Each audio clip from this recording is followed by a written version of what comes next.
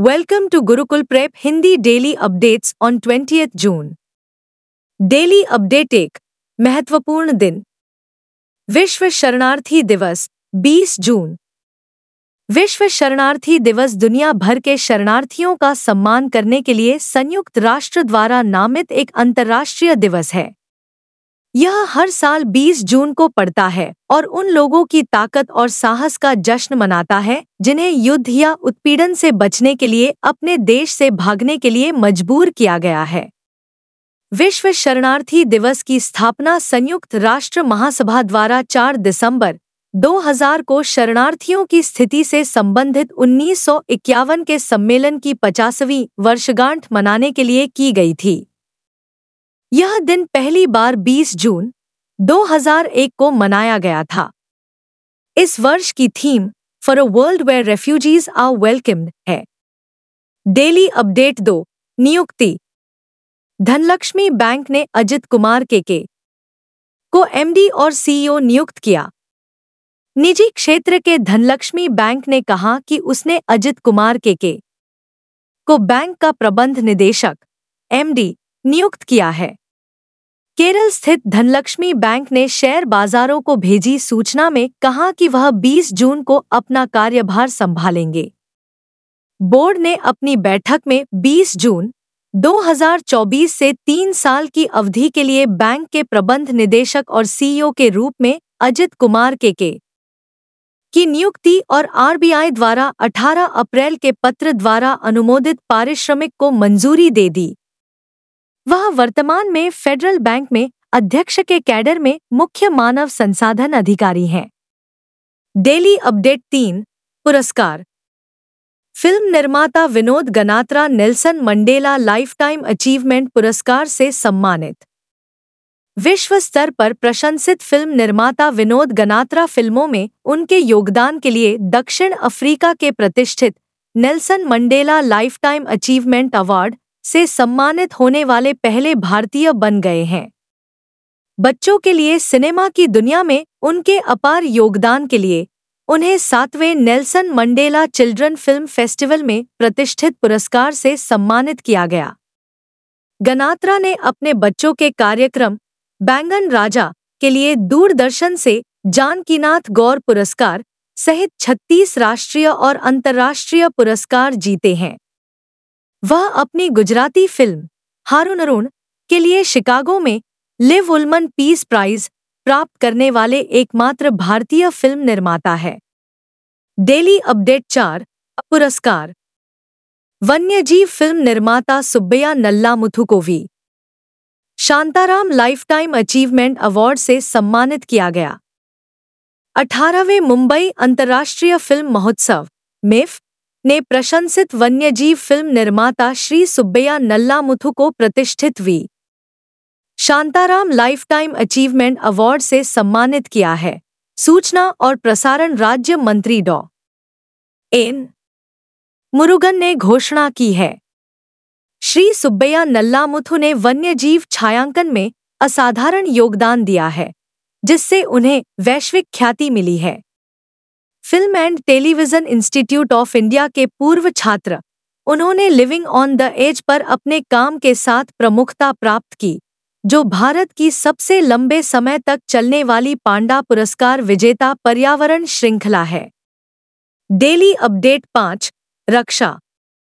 भारत अगस्त में अपने पहले बहुराष्ट्रीय वायु अभ्यास तरंग शक्ति की मेजबानी करेगा। भारतीय वायु सेना का पहला बहुराष्ट्रीय वायु अभ्यास तरंग शक्ति 2024 अगस्त में आयोजित किया जाएगा और पर्यवेक्षकों के रूप में कार्य करने वाले कुछ अन्य देशों के अलावा 10 देशों की भागीदारी देखने की संभावना है। यह अभ्यास अब 2 चरणों में आयोजित किया जाना है। अधिकारियों ने बताया कि पहला दक्षिण भारत में अगस्त के पहले 2 सप्ताह में और दूसरा पश्चिमी क्षेत्र में अगस्त के अंत से सितंबर के मध्य तक आयोजित किया जाएगा। दल भेजने वाले देशों में Australia, France, Germany, Japan, Spain, संयुक्त अरब अमीरात, यूनाइटेड किंगडम और संयुक्त राज्य अमेरिका हैं। डेली अपडेट 6 अर्थव्यवस्था। आईएफसी ने ब्रुकफील्ड की बीकानेर सौर ऊर्जा परियोजना के लिए $10.5 करोड़ देने की प्रतिबद्धता जताई। विश्व बैंक समूह की निजी क्षेत्र की वित्तपोषण शाखा अंतर्राष्ट्रीय वित्त निगम आईएफसी ने दीर्घकालिक गैर परिवर्तनीय डिबेंचर के माध्यम से ब्रुकफील्ड की बीकानेर सौर ऊर्जा परियोजना के लिए $105 मिलियन लगभग 870 करोड़ रुपए की प्रतिबद्धता जताई। आईएफसी ने एक बयान में कहा कि ये डिबेंचर परियोजना के विशेष उद्देश्य वाहनों को आवंटित किए गए हैं। आईएफसी ने एक बयान में कहा कि राजस्थान के बीकानेर में 550 मेगावाट की सौर ऊर्जा परियोजना भारत की अक्षय ऊर्जा क्षमता को बढ़ावा देने और जलवायु लक्ष्यों का समर्थन करने में मदद करेगी।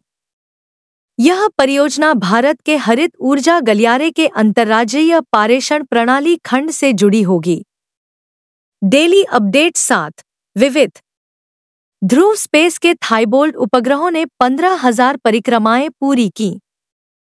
ध्रुव स्पेस के पहले उपग्रह मिशन, जिसमें थाईबोल्ट 1 और थाईबोल्ट 2 उपग्रह शामिल हैं, ने संयुक्त 15,000 परिक्रमाओं के बाद कक्षा को छोड़ दिया है।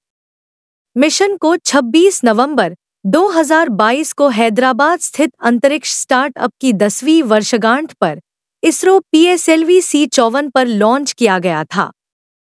थाईबोल्ट उपग्रहों पर उपयोग किया जाने वाला पेलोड एक नवीन स्टोर एंड फॉरवर्ड पेलोड है, जो सेंसर नोड्स या रिमोट ग्राउंड स्टेशनों से संदेश प्राप्त करता है।